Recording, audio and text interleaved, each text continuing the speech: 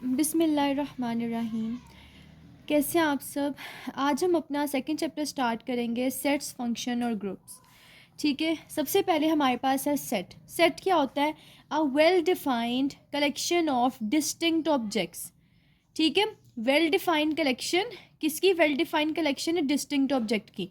Well defined का मतलब होता है कि given object is member of specific collection और नॉट। फॉर एग्जांपल, अगर हमसे कहा जाता है कि सेट ऑफ कलर्स, ठीक है, तो अगर रेड जैसे सेट ऑफ कलर्स है, इसका मतलब ये एक वेल डिफाइंड कलेक्शन है। लेकिन अगर मैं यहाँ पर लिख दूँ कैरेट, जो कैरेट है वो सेट ऑफ कलर्स में नहीं आता, इसका मतलब ये एक वेल डिफाइंड कलेक्शन नहीं है। और डिस्टिंक्ट का मतलब होता है नो आइडेंटिकल ऑब्जेक्ट्स, मतलब कोई भी ऑब्जेक्ट ना रिपीट नहीं होना चाहिए। फॉर एग्जांपल, एक ही सेट में दो बार रेड रेड आ जाए, ठीक है, उसका मतलब वो एक सेट नहीं होगा। या फिर एक सेट में मैं ए और ए लिख दूं, तो ये एक सेट नहीं है, क्योंकि ये नंबर्स रिपीट हो गए हैं।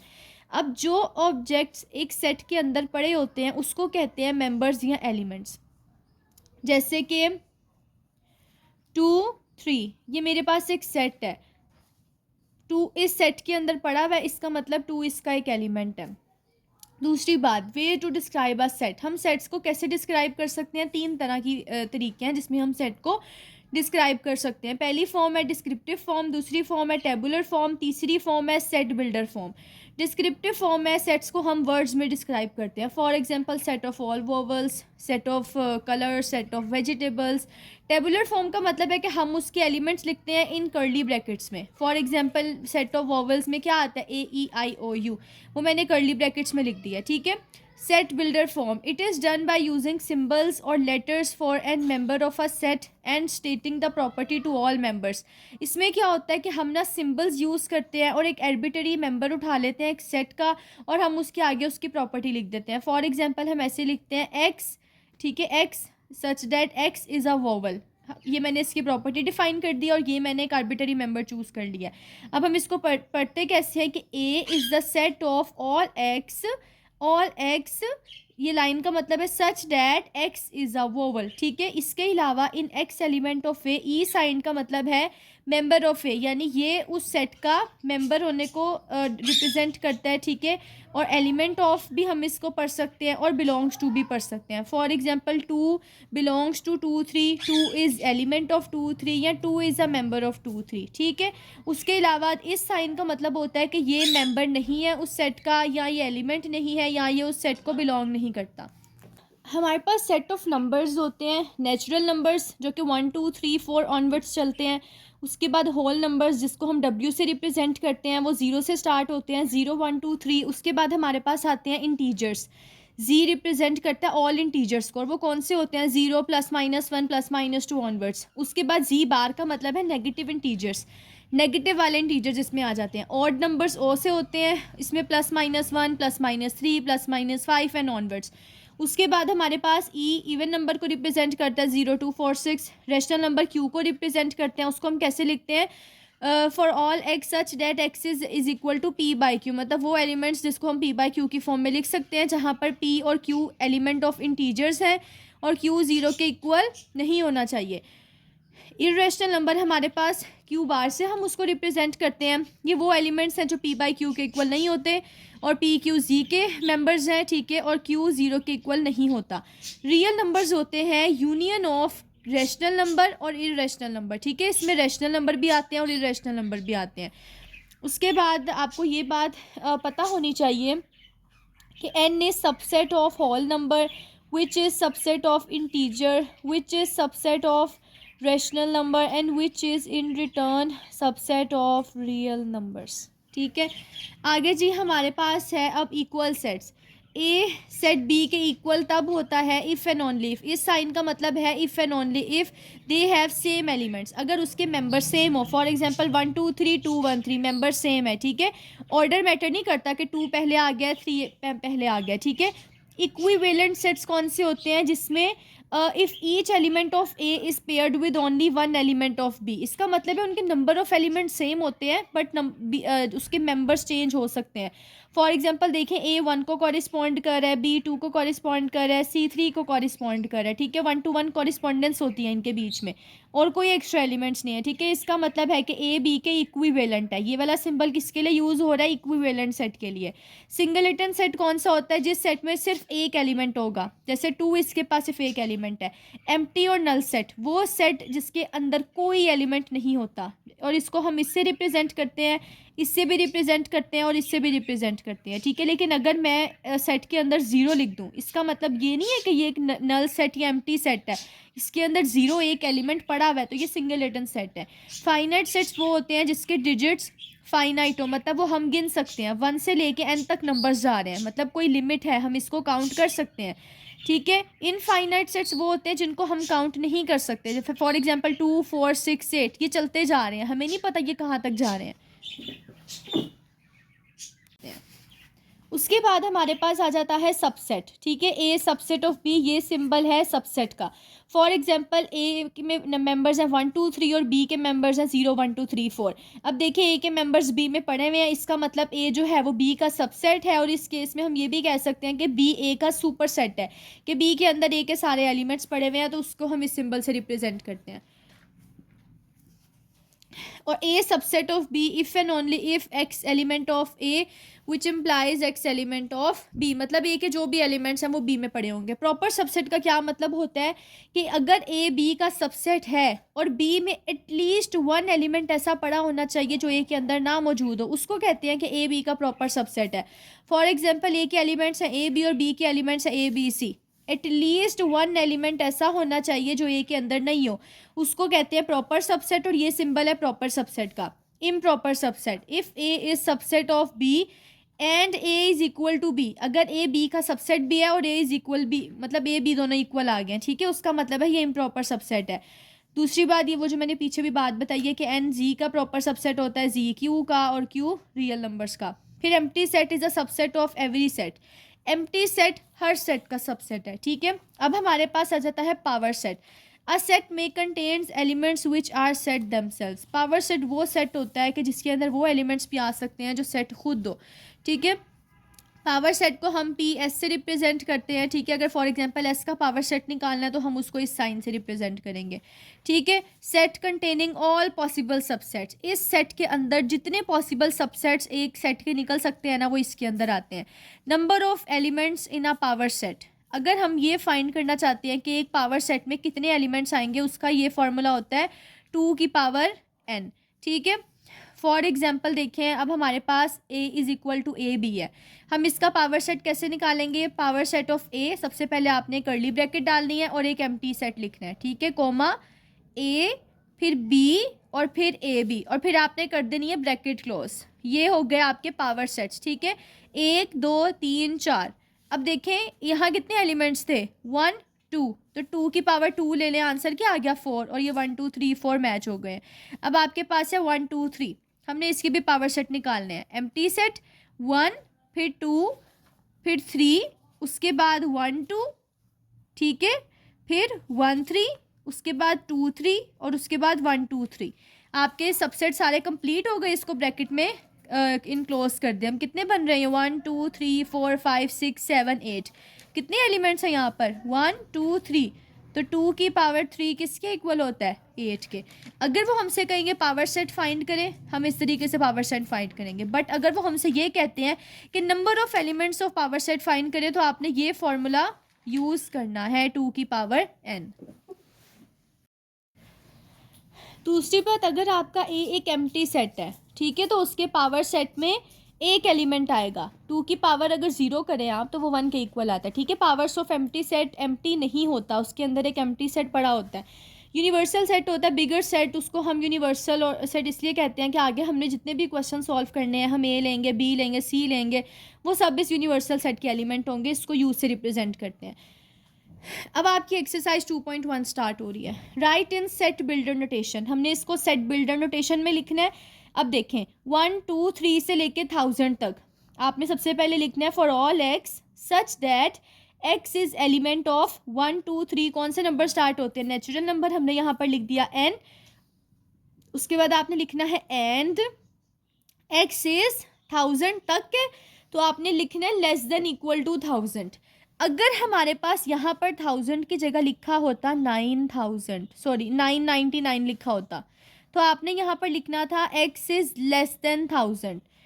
इस साइन का मतलब है कि 1000 शामिल नहीं होगा, लेकिन इस साइन का मतलब है कि 1000 शामिल है। ठीक है, उसके बाद इसी तरह हमारे पास क्वेश्चन है कि हमारे पास 0 1 2 3। अब देखें x such that x is element of, कहाँ से स्टार्ट हो रहे हैं, ज़ीरो से। ज़ीरो से कौन से नंबर स्टार्ट होते हैं, होल नंबर्स, तो यहाँ पे हमने लिखा w एंड अब ये देखें 100 तक के, 100 इसमें शामिल है, तो हम यहाँ पर लिख देंगे x is smaller than equal to 100।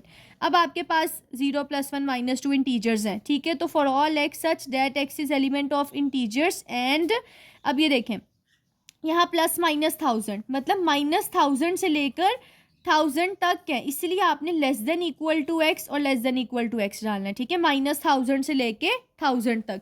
अब इस सेट में आपके पास नेगेटिव इंटीजर्स हैं। ठीक है, तो x such that x is element of negative integer, मतलब z बार एंड अब ये देखें मैंने यहाँ पर -500 से लेकर लिखा है 0 तक। आपने 0 से -500 नहीं लिखना, क्योंकि 500 माइनस वाली बड़ी, माइनस छोटा होता है 0 से।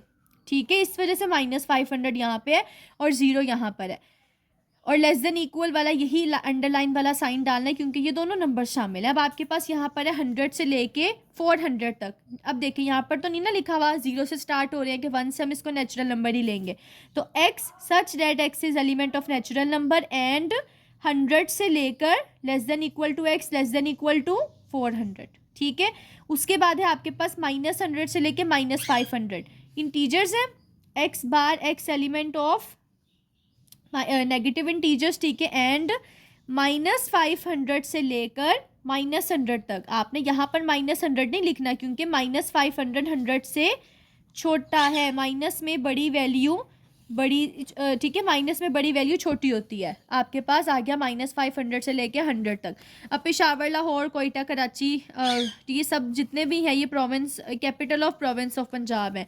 लाहौर पंजाब का कैपिटल है, कराची सिंध का है, इसी तरह। ठीक है, x such that x is the name of capital provinces of Pakistan. उसके बाद है जनवरी, जून, जुलाई, वो मंथ्स है जो जे से स्टार्ट हो रहे हैं, तो x such that x is the name of months start with J. उसके बाद आपके पास है set of all odd natural numbers, तो आपने इसको ऐसे लिख देना, x such that x is an odd natural number. Rational number है तो x such that x is element of Q. उसके बाद है real numbers between 1 and 2। Between 1 और 2 का मतलब है 1 और 2 के बीच में, ये दोनों शामिल नहीं है, इसलिए हमने यहाँ पर लिखा है 1 less than x less than 2। अगर 1 और 2 शामिल होते तो हम लिखते 1 less than x less than 2, but यहाँ पर उन्होंने कहा है बिटवीन का मतलब है 1 और 2 शामिल नहीं है, तो 1 less than x less than 2 का मतलब है 1 और 2 के बीच में, मतलब 1.1 1.2 ऑनवर्ड्स। अब set of all integers between -100 and 1000, फिर से देखें बिटवीन -100 एंड 1000, मतलब -100 और 1000 के बीच में लाइन हमने नहीं डाली, क्योंकि -100 और 1000 खुद शामिल नहीं है। Write each of the following in descriptive form. अब देखिए नेचुरल नंबर्स हैं और x is less than equal to 10, तो हम इसको ये भी लिख सकते हैं set of first 10 natural number less than equal to 10 का मतलब है 10 शामिल है, या फिर आप ये भी लिख सकते हैं set of natural number up to 10। ये वाला ज़्यादा इजी, आप ये कर लें कि set of first 10 natural number. Tabular form में कैसे लिखेंगे, नेचुरल नंबर कहाँ से शुरू होते हैं, 1 से कहाँ तक जाना है, 10 तक, 1 2 3 ऑनवर्ड्स 10। डॉट डॉट डॉट का मतलब है चलते जा रहे हैं यहाँ तक। x element of n and 4 less than x less then 12, मतलब 4 और 12 के बीच में अगर नीचे लाइन लगी होती इसका मतलब होता 4 और 12 शामिल है, बट नहीं लगी हुई, तो set of natural number between 4 and 12, मतलब 5 6 7 से लेकर 11 तक, 12 और 4 को शामिल नहीं करना। उसके बाद आपके पास है इंटीजर्स, कहाँ से, -5 से 5 के बीच में, ये दोनों शामिल नहीं है क्योंकि ये वाला सिंबल यूज़ हुआ है, तो बिटवीन -5 एंड 5 की डिस्क्रिप्टिव फॉर्म में आ गया, -4 -3 -2 1 0 1 2 3 4। उसके बाद है इवन नंबर्स 2, ठीक है, 2 से ज़्यादा और 4 के इक्वल, ठीक है, मतलब 2 और 5 के बीच में, मतलब 4 शामिल है, 4 से ऊपर क्या होता है 5, तो आप लिख देंगे set of even number between 2 and 5, क्योंकि 4 शामिल है और खाली 4 आएगा, क्योंकि 2 को हम शामिल नहीं कर सकते। बिटवीन का इस साइन का मतलब है 2 नहीं शामिल, 2 से बड़े देखें तो 4 आ जाएगा। उसके बाद आपके पास है पी किसको रिप्रेजेंट करता है, प्राइम नंबर को। 2 से शुरू होते हैं, 2 3 5 7। प्राइम नंबर्स वो होते हैं जो अपने अलावा और किसी के टेबल पे नहीं जाते, ठीक है। अब प्राइम नंबर वो कह रहे हैं लेस देन 12, ठीक है, 12 से छोटे। 2 से स्टार्ट होते हैं प्राइम नंबर्स, 2 3 5 7 11। उसके बाद है ऑड नंबर्स, 3 और 12 के बीच में, तो odd numbers between 3 and 12 descriptive form हो गई, टेबुलर फॉर्म में आ जाएंगे 5 7 9 11। उसके बाद है इवन नंबर्स, 4 और 10, मतलब फ्रॉम 4 अप टू 10, मतलब 4 और 10 दोनों अंदर शामिल करने हैं, तो हम इसको ऐसे पढ़ते हैं set of even numbers from 4 up to 10, क्योंकि इन दोनों के नीचे ये लाइंस लगी हुई हैं, ठीक है। तो 4 6 8 10। उसके बाद है इवन नंबर 4 और 6 के बीच में। अब यहाँ पर देखिए वो लाइन नहीं लगी हुई, तो आपने लिखना है बिटवीन 4 एंड 6, और 4 और 6 के बीच में कोई भी इवन नंबर नहीं आता। 5 आता है, वो एक ऑड नंबर है। अब वो कह रहे हैं फ्रॉम 5 अप टू 7, तो set of odd number from 5 up to 7, 5 और 7 ही है, ठीक है। और फिर ऑड नंबर्स 5 और 7 के बीच में, 5 और 7 के बीच में कोई भी नहीं आता, ठीक है, ऑड नंबर, तो एम्प्टी सेट आ जाएगा आपका आंसर। उसके बाद है x x L for x such that x element of natural numbers, ठीक है, and x plus 4 is equal to 0। वो कह रहे हैं कि सेट ऑफ नेचुरल नंबर्स जो कि सेटिस्फाई करें इस चीज़ को कि x plus 4 is equal to 0। मतलब आपके पास ऐसा एक्स आए, देखें x plus 4 is equal to 0 है, 4 को यहाँ पर भेज दें, x is equal to answer आ गया -4। तो -4 जो है वो तो नेचुरल नंबर के अंदर नहीं आता, तो इसका मतलब आपका आंसर क्या आएगा, एम्प्टी सेट। अब है आपके पास x such that x element of Q, मतलब rational numbers, and x square is equal to 2। अब देखिए हम इसको पहले सॉल्व करते हैं, दोनों तरफ ले ले अंडर रूट, एक्स का आंसर क्या आ गया √2। तो √2 जो है वो तो एलिमेंट ऑफ इर्रेशनल नंबर है, वो तो रैशनल नंबर में नहीं आता, इसका मतलब आपके पास आंसर आएगा एम्प्टी सेट। उसके बाद है real number such that x is equal to x, तो set of all real numbers, set of real numbers जो कि इस चीज़ को सेटिस्फाई करें, तो इसका आंसर है set of all real numbers. उसके बाद है x such that x element of Q and x is equal to -x। वही बात कि जो आपका जो आंसर है वो खाली आएगा 0, क्योंकि बाकी वाले नंबर्स जो हैं नेगेटिव में शामिल नहीं होते इसमें। मतलब कौन सा ऐसा रैशनल नंबर है जो इस चीज़ को सेटिस्फाई करता है, वो सिर्फ 0 है। उसके बाद है x element of real number and x is not is equal to 2। Set of real numbers satisfying x is equal to -2। इसका मतलब है कि -2 मतलब 2 शामिल नहीं होना चाहिए, ठीक है, सॉरी मैंने -2 कह दिया, 2 शामिल नहीं होना चाहिए, तो r -√2, मतलब सारे रियल नंबर्स 2 के अलावा। उसके बाद है real number x is not element of q। अब रियल नंबर्स दो चीज़ों, रियल नंबर्स का मैंने बताया था रैशनल नंबर और इर्रेशनल नंबर होते हैं। अगर हम रैशनल नंबर को निकाल दें तो बचेगा क्या, खाली irrational number. Which of them are finite और इनफाइनाइट। अब set of students in your class, आप गिन सकते हैं अपनी क्लास के स्टूडेंट्स, फाइनाइट सेट है। तो पाकिस्तान के जितने भी स्कूल्स हैं आप गिन सकते हैं, तो फाइनाइट है। नेचुरल नंबर्स 3 और 10 के बीच में हम गिन सकते हैं, फाइनाइट है। रैशनल नंबर बिटवीन 3 और 10 इनफाइनाइट है। क्यों, क्योंकि 3/4 3/5 3/6 पता नहीं कितने सारे नंबर्स मतलब बनेंगे, मतलब क्योंकि वो सिर्फ सिंपल नहीं होते, उसमें बाय वाली फॉर्म्स भी आती हैं। फिर रियल नंबर्स बिटवीन 0 और 1 इनफाइनाइट है, क्योंकि देखें 0.1 0.001 0.02 पता नहीं कितने सारे नंबर्स हैं जो 0 और 1 के बीच में आते हैं, तो ये भी इनफाइनाइट है। उसके बाद है रैशनल नंबर बिटवीन 0 और 1, ये भी इनफाइनाइट है। होल नंबर बिटवीन 0 और 1 ये फाइनाइट है। उसके बाद है set of all leaves of trees in Pakistan, आप दरख्तों के पत्ते थोड़ी गिन सकते हैं, इनफाइनाइट है। उसके बाद है power set of natural number, infinite है, क्योंकि नेचुरल नंबर क्या होते हैं 1 2 3 चलते जा रहे हैं, हम तो नहीं गिन सकते इसके पावर सेट्स। उसके बाद है ABC का पावर सेट, हाँ जी हम गिन सकते हैं, 1 2 3 चलता जा रहा है, हम नहीं गिन सकते इसके पावर सेट। 1 से लेके 1000 तक, ऑब्वियसली सेट फाइनाइट है तो इसका पावर सेट भी फाइनाइट होगा। उसके बाद वो कह रहे हैं कि ऐसे एक्स जो एक्स के इक्वल नहीं हो, ये भी फाइनाइट है। X square is equal to -16, इसके पावर सेट भी फाइनाइट है। X square is equal to 5, इसके भी पावर सेट है। लेकिन 0 और 1 के बीच में जितने रैशनल नंबर आ रहे हैं वो भी इनफाइनाइट है। उसके बाद है कि 2 प्रॉपर सबसेट लिखे। अब ए बी सी के कितने सारे सबसेट हैं, ए बी सी अपनी मर्जी से कोई भी चूज़ कर लें। आप ए बी के अलावा ए बी भी चूज़ कर सकते हैं, बी सी भी चूज़ कर सकते हैं, जो आपका दिल करता है। 0 1 0 चूज़ कर लें, 1 चूज़। नेचुरल नंबर में से कोई भी दो नंबर उठा लें, इंटीजर्स में से कोई से 2 नंबर उठा लें, रेशनल नंबर में से कोई से उठा लें, रियल नंबर में से अपनी मर्ज़ी के उठा लें, होल नंबर में से नंबर चूज़ कर लिया। उसके बाद यहाँ पर है 0 और 2 के बीच में 2 शामिल हो सकता है लेकिन 0 शामिल नहीं करना। मतलब 1 और 2 के 1 2 इसके बीच में तो बहुत सारे आते हैं। एक मैंने समझ लो 1 चूज़ कर लिया, एक मैंने 1 2 चूज़ कर लिया। उसके बाद है is there any set which has no proper subset. हाँ जी, सिर्फ एम्प्टी सेट ऐसा है जिसका कोई भी प्रॉपर सबसेट नहीं होता। What is the difference between A B and this set? Difference क्या है ये देखें। ए बी के 2 एलिमेंट्स हैं, 1 2, लेकिन इस सेट में सिर्फ एक छोटा सा सेट आ रहा है, इसका मतलब इसका सिर्फ एक ही एलिमेंट है। Which of the following are true and false? 1 2 2 1 के इक्वल होता है, हाँ जी ये ट्रू है। 5 is subset of power set of A, हाँ जी 5 तो एम्प्टी सेट तो हर पावर सेट का एलिमेंट है। उसके बाद वो यहाँ पर कह रहे हैं कि ये वाली चीज़ ना इसका सबसेट है, ये फॉल्स है क्योंकि ये वाली चीज़ इसका सबसेट है। ये नीचे हमने ट्रू किया हुआ है कि ए इसका एलिमेंट है, हाँ जी। अब यहाँ पर वो कह रहे हैं A is an element of ये, नो अगर वो कहते ना यहाँ पर कि ये ए सेट इसका है फिर ट्रू होता। उसके बाद यहाँ पर वो कह रहे हैं कि 5 is an element of this, ये फॉल्स है। 5 is an subset of this, not element. उसके बाद है what is the number of elements of power set? यहाँ पर आपने पावर सेट के नंबर ऑफ एलिमेंट्स फाइंड करने हैं, पावर सेट फाइंड नहीं करना। 5 के कितने नंबर ऑफ पावर सेट होंगे? नंबर ऑफ सेट मतलब number of elements of set कितने हैं इसमें? 0। तो नंबर ऑफ पावर सेट कैसे निकलेगा? 2 की पावर 0 1।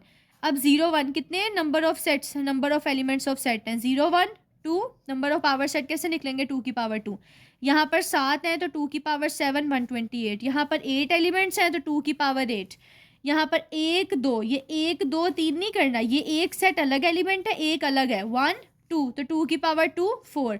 यहाँ पर कितने हैं? 1 2, यहाँ पर कितने हैं? 1 2 3, तो 2 की पावर 3 8 आंसर आ गया। यहाँ पर वो हमसे कह रहे हैं कि write down the power set of the following. यहाँ पर वो हमसे कह रहे हैं हाँ जी पावर सेट फाइंड करें। अब देखें पावर सेट हमने कैसे फाइंड करना है। कर्ली ब्रैकेट डाली, 5 लिखा, उसके बाद 9 फिर 11 और उसके बाद 9 और 11 दोनों, फिर पावर सेट हमने क्लोज कर देना है। उसके बाद हमारे पास एलिमेंट्स हैं प्लस माइनस मल्टीप्लाई डिवाइड। अब देखें पहले आपने लिखना है 5, उसके बाद प्लस माइनस फिर मल्टीप्लाई फिर डिवाइड, उसके बाद प्लस माइनस फिर प्लस मल्टीप्लाई फिर प्लस डिवाइड। ठीक है, पहले आपने लिखना है प्लस माइनस फिर प्लस मल्टीप्लाई फिर प्लस डिवाइड, उसके बाद minus multiply minus divide, minus multiply minus divide दो। ठीक है, उसके बाद मल्टीप्लाई डिवाइड, दो पेयर्स भी कंप्लीट हो गए। ठीक है, उसके बाद अब बारी आ गई 3। पहले प्लस माइनस मल्टीप्लाई, ठीक है, उसके बाद प्लस माइनस डिवाइड, उसके बाद प्लस मल्टीप्लाई डिवाइड। ठीक है, plus minus x plus minus divide और प्लस मल्टीप्लाई डिवाइड, उसके बाद माइनस एक्स डिवाइड और then at the last plus minus multiply divide. इसको गिन लीजिएगा, अगर 16 होंगे 1 2 3 4 5 6 7 8 9 10 11 12 13 14 15 16 और 2 की पावर क्योंकि 4 करेंगे तो 16 आएगा। ऐसे आपको पता चल जाएगा कि आपने कोई भी पावर सेट मिस नहीं किया। उसके बाद है 5, इसके 2 ही, ठीक है, तो 5 खुद और ये वाला सेट। उसके बाद है ए और बी सी। अच्छा जी, 5 फिर ए फिर बी सी फिर ए और बी सी एक साथ। ठीक है, उसके बाद है which pair of the sets are equivalent और which of them are equal. A B C 1 2 3, ये इक्विवेलेंट है, ठीक है। A1 के साथ, B2 के साथ, C3 के साथ पेयर बना सकता है। Set of first 10 whole numbers and 0 1 से लेकर 9 तक। अब ये इक्विवेलेंट भी है और इक्वल भी है, क्योंकि set of first 10 whole number क्या है, 0 से लेकर 9 तक, और ये वही है, इसलिए ये इक्वल भी है, ये इक्विवेलेंट भी है। यहाँ पर वो हमसे कह रहे हैं set of angles of quadrilateral ABC। For example आप लगा लो कि आपके पास ये साइड्स है, ठीक है, ABCD। यहाँ पर वो हमसे कह रहे हैं किसके इक्वल है, set of sides of same quadrilateral. अब देखें एंगल्स और साइड्स इक्वल नहीं हो सकते, वो चेंज होती हैं, इसका मतलब ये इक्विवेलेंट है, क्योंकि एंगल्स भी 4 हैं और साइड्स भी 4 हैं, इक्विवेलेंट हो सकते हैं।